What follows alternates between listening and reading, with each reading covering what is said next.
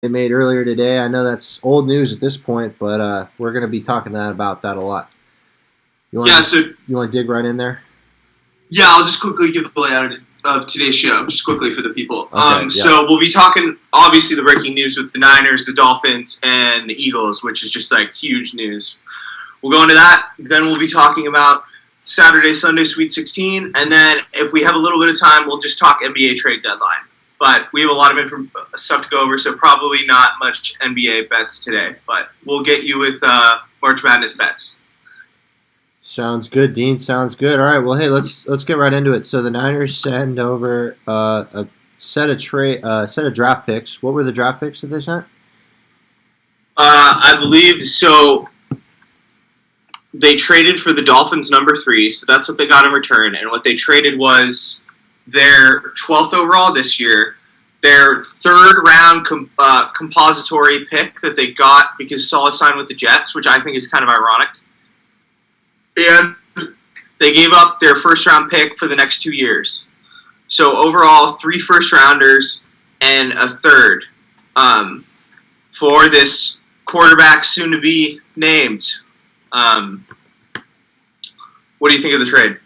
You know what, man? I mean, you know my opinions. I think Jimmy Garoppolo, as great of a quarterback as he has been when healthy, due to his inability to stay on the field, as we've seen, at 3 out of 4 of his seasons, he's gone down before September. So, I mean, that's quite early in the season. You're having to deal with the backup quarterback. I like the Niners going out there and really setting themselves up for a future and a very bright quarterback early in the picks. Yeah, but you didn't think it was too much. What do you lean? You're just out of 10. Out of 10, let's do. How about you do out of 10? 10 being like a grand slam. No, it's not a grand. It's not a grand slam. It's A grand slam is really hard to get, right?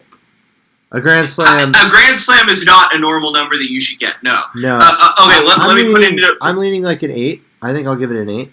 Okay, a grand slam would be how the original trade, the Tunsil trade that the Dolphins like totally finessed the Houston Texans and got 4 first-round picks for that tackle. That would be a grand slam. So, to put it in perspective. No, I got you. So an 8, yeah, I would agree. I'm at a 9's a lot. Yeah, I'd say a 7.5 or an 8.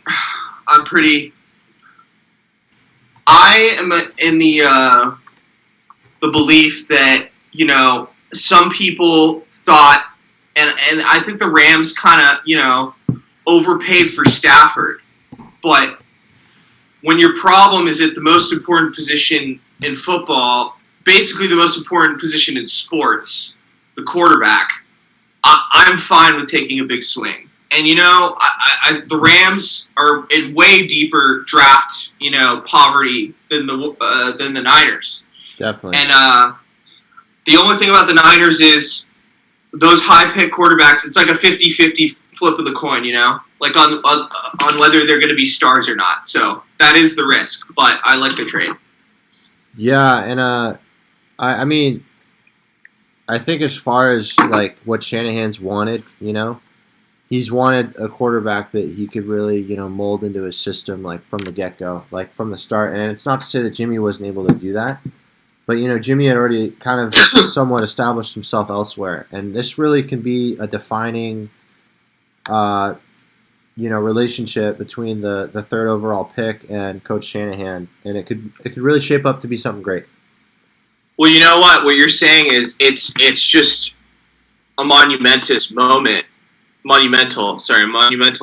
because he's going to be tied to this guy. All the success that Shanahan has over the next 10, 15 years. If he lasts that long as the Niners, there's a lot of scrutiny being in such a big job. It's going to be tied to this decision. So this is just really exciting. I just hope the quarterback's going to be under a lot of pressure. But on the other end, so Jimmy Garoppolo. So let's talk about Jimmy Garoppolo. What do you think is going to happen to Jimmy Garoppolo now? So Schefter reports that they plan to have him on the team for now. I think that is a statement made by the 49ers front office, a smart statement to say, hey, if you're interested in him, we want him right now. You're not going to get any value. You're not going to get any more value on the guy if you say we're not going to have him as our starting quarterback. Who's gonna go out there and go after him knowing that the 49ers don't even want him? They're not going to trade for anything. They're not going to get any value for that. So it's a move. It's a smart move, but I don't see him staying for the 49ers in this upcoming season. I see him probably playing for New England. So you think what? Okay, if he were to get traded, when do you think he would get traded? Like in season or like before the season starts? To be honest, man, I couldn't actually go into the details of when. I just feel like it's going to be at some point. I could see it happening before the season, but I just know that Who's the the starter? Who's the starter game one? Not preseason game one. I mean I think you have to go with the third overall pick. See, I was thinking that earlier, and then I was listening to Coward and a bunch of other talk shows, and you know what? You remember when Jimmy came in and he didn't even start 4 weeks in because of how complicated Kyle's offense is, right? Yeah. Like, doesn't he have, like, haven't we heard time and time again? Weekly, he puts in, like, 10 or 15 new plays, you know? He modifies them. He switches them up, the wizard, right? I think it's going to be kind of an Alex Smith, Pat Mahomes situation.